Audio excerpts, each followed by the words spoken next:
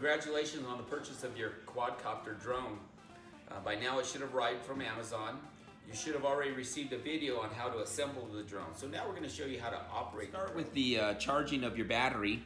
First of all, you got a charger that has a USB port, and on this side of the battery it has a light. On this part of the charger it has a light that goes red when you're charging the drone battery. The drone battery takes about 2 hours to charge. Once the light goes off, that shows you that your battery is fully charged. You should have two batteries. One is in the package, one is inside the drone. These batteries, we've tested them, last about 15 minutes of flight time. If you run the Wi-Fi camera, it may still run about 12 minutes. So either way, you've got, with charging both batteries before you start your flight, you should have about 30 minutes of flight time. So we're real excited. Let's talk about the drone itself. For starters, you want to turn the power on, make sure that the battery inside is plugged in. You want to remove the camera. There's a little switch on the bottom, and that'll fire up the power. Then you put the clip back on there. A little bit of information about the camera itself. The camera has a adjustable lens, so if you want to take pictures of below on the ground, you point it downward. If you want aerial photos, you can point it upwards. In most cases, you'll be pointing it down as you'll want views of the things below the drone. You also want to make sure that your antenna is extended so that you get better reception on the camera. As far as the controller goes, you want to start by turning on the power of the controller. You turn the on-off button. You'll have a red light up here on the left-hand side blinking, indicating that the controller is on. For starters, you want to go ahead and sync the drone with the controller, and you do that by a quick movement of the left joystick up and down. And as you can see from the drone is responding. It's now connecting. And then when you get solid lights on the drone, you know that the two are connected. For starters, I'd like to go ahead and hit the reset button. Just hold that button down and look at the drone. You notice the drone is blinking. And what that does is it allows the drone on a flat surface. You want to make sure that your drone's on a flat surface. It allows it to recalibrate it back to factory defaults. That way it'll hover better and it'll just function better for you. So a nice little tip there. Some other things that you might want to be aware of. On the top of the drone, there's a speed light button. I'll go ahead and hold the button down first, and notice the drone lights go off. So if you want to conserve a little bit of battery life, you can do that. Probably recommend you leave the lights on, since you want that blue light to be available for you to know where the front of the drone is, so that the controller can communicate with the drone. Another feature with that same button, if you press it once, well, when you start the drone off, it's going to be in low speed. It's got 3 speeds, low, medium, and high. If you press it, it'll beep twice. If you heard it beep twice, that means it's in medium speed. I'll press it again, which will give it, we'll put it in high speed, and it'll beep 3 times. You see that? And then press it again, it's back in low speed. Why is that important? Well, if you're a beginner and there's no wind, you probably want to fly in low speed, and as you get better, maybe go up to a medium speed. If you're in higher breezes, you might want to put it in the high speed so that the drone can resist the wind that's up against it. So some nice little helpful pointers there. Second of all, we got another button on the top end of the controller. It's called the rollover button.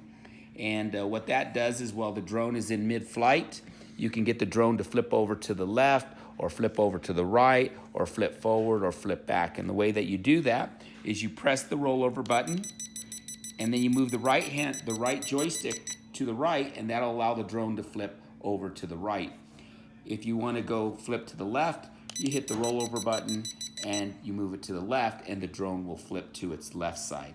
And vice versa if you want to flip to the front or flip to the back after pressing the rollover button. So some cool little features. So let's start another point too is on the controller. You've got tunings on the right and the left. Those will allow you to control the drone to kind of adjust it or fine tune it. There's some instructions in the instruction manual that you might want to reference that will allow you to get your drone to fly more evenly.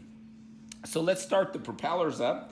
It's pretty easy. You go ahead and press the takeoff button there. And you can see that the propellers are turning and you're ready for flight. Once again, your left joystick is for ascending the drone, and descending, that's the throttle up and down. If you want to rotate the drone, you go to the left and to the right. with that left joystick. When the drone is flying and you want the drone to hover to the right, you want to move that stick to the right. The left joystick or the right joystick, you want to move to the left if you want it to go hover over to the left side. And then if you want it to go forward and backward. So this is the directional joystick. This is the throttle, and also you can rotate the drone in midair.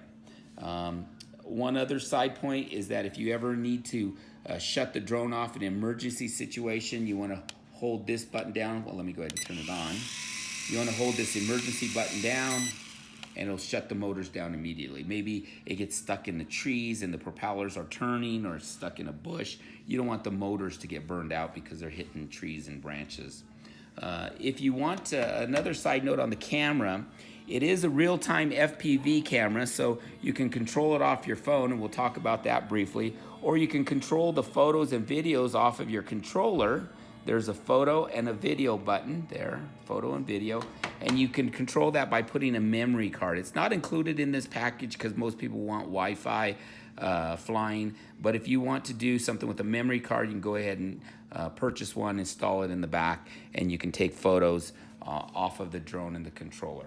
Otherwise, we'll go ahead and talk a little bit about the camera and your phone. We got a cool little feature on this one. It's a phone holder, and it's got an extender on it, so if you got a larger phone or a smaller phone, it'll allow it to fit right in there nicely. Inside the instruction book, it'll show you how to download a QR code that you can put on your phone, whether that be for the Android or for the iOS.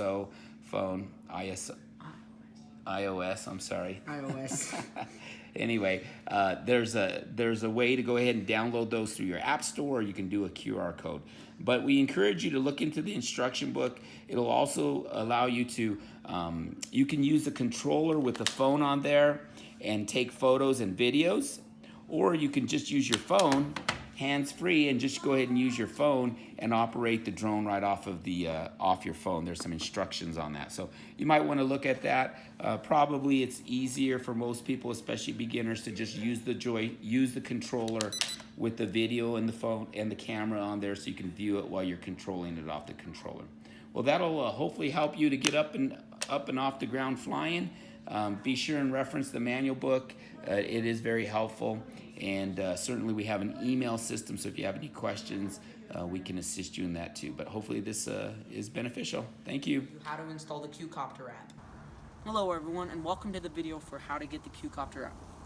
In this video, I'm going to be showing you how to install the QCopter app and how to run it. So first thing we're going to want to do is we're going to want to go into the App Store, and we're going to type in QCopter. Also, if you have trouble finding the app, make sure there's no spaces in between Q and Copter. And under the App Store, there should be one application, but for the Google Play Store, if you have a QR code reader, we'll also have that in the manual, which could make it a little easier. But for you guys that want the video, we'll do this. So, you're going to want to download the app, and once you download it, you're going to want to type in your Apple ID or your Google Play or whatever password. And then once it's downloaded, in order to get the drone's FPV to work, you need to turn on the drone, make sure the camera's connected and the port underneath, and then you're going to go into Settings, Wi-Fi, and you're going to make sure the drone is on, scroll down, and click the QCopter one. Okay, it might take a little while to connect because it's an unsecured network and it's just doing all those security stuff. But once it connects and it says that check mark, or you're sure it's connected, then you're going to want to go into the QCopter app and you're going to press power. Then it should automatically connect. And if you want to record, you're going to want to click this button. That'll start a recording. As you can see, it'll automatically save it to your photos or whatever. Take a photo, and you can do this while flying. So what we're going to do is we're going to get our controller and make sure it's automatically connected to the drone, which you guys should know how to do that if you watched the part before this in the video. And then now that we have this pre-connected, you're going to turn it on, and you're going to see that it flies. Okay, so now that we got that working, let's take it for a little flight.